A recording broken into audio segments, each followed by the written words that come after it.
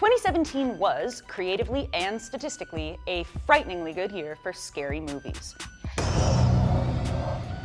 So good, in fact, that 2 of the 5 horror films tagged by critics as possible Oscar favorites, Guillermo del Toro's The Shape of Water and Jordan Peele's Get Out, earned multiple nominations in major categories like Best Director and Best Picture. The ensuing glut of articles about the history of horror at the Oscars would have you believe the Academy has all but snuffed out the genre entirely, treating it like the weird mutant cousin you keep in a closet under the stairs who only emerges to kill everyone in the last scene.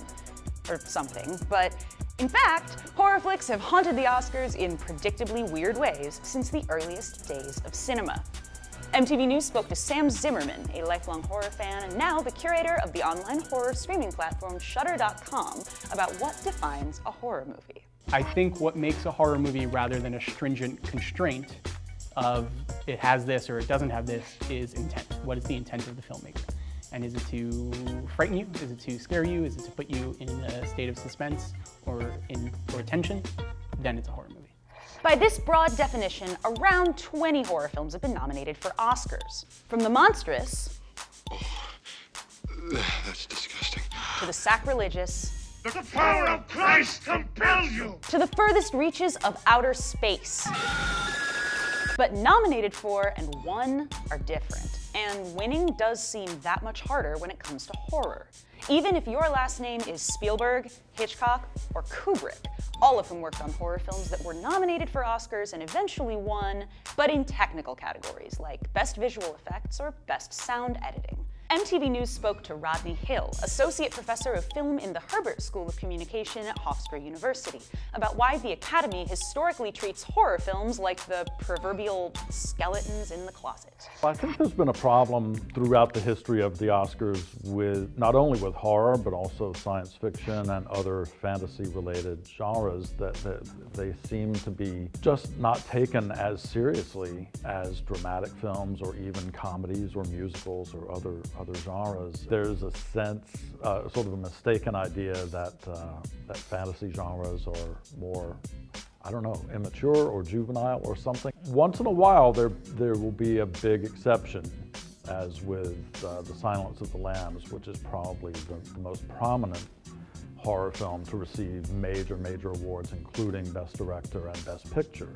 But generally speaking, there are very few other horror films that have even been considered for the top awards. Of course, a technical Oscar and a Best Director Oscar are the exact same size. Either way, you won an Oscar, even if it's only for Best Original Music Score, which went to The Omen in 1977, or Best Visual Effects, which in 1980 went to the legendary H.R. Giger for his work on the first Alien, and especially if it's only for Best Makeup, a category effectively created to exalt the horror genre. Horror has been such a showcase for really incredible craftsmen and technicians. I mean, American Werewolf in London basically created the Best Makeup Oscar.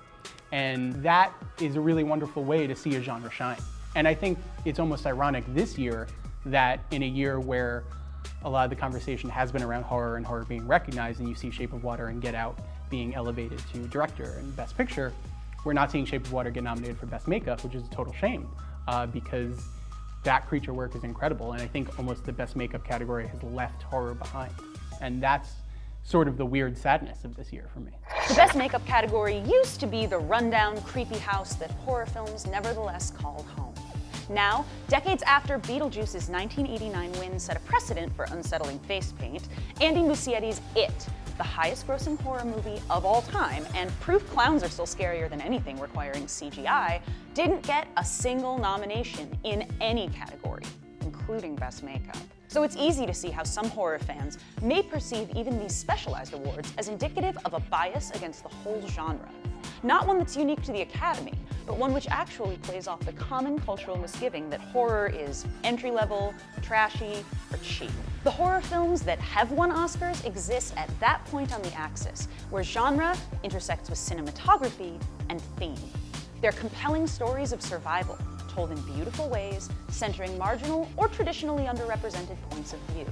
The Omen and The Exorcist center the experiences of children, for whom life is sort of perpetually horrifying. whereas Beetlejuice and Bram Stoker's Dracula are told from the perspectives of the dead and undead, respectively. Misery gave us a female killer, and Alien a female survivor. And the only horror film ever to win Best Picture, Silence of the Lambs in 1991, is a tale of social isolation on the margins, told by a cannibal and a female cop. Shape of Water follows films like The Fly as it works to humanize monsters. And it seems inevitable that Get Out will be the first Oscar-winning horror film about the realities of being Black in America. So, as any diehard fan of blood and guts will tell you, while an Oscar is a very big deal, horror serves its audience before it serves the whims of the Academy, using myth, fantasy, and a lot of fake blood and vomit to help us deal with the realities many of us face in a world that benefits from us perceiving ourselves as being monsters too.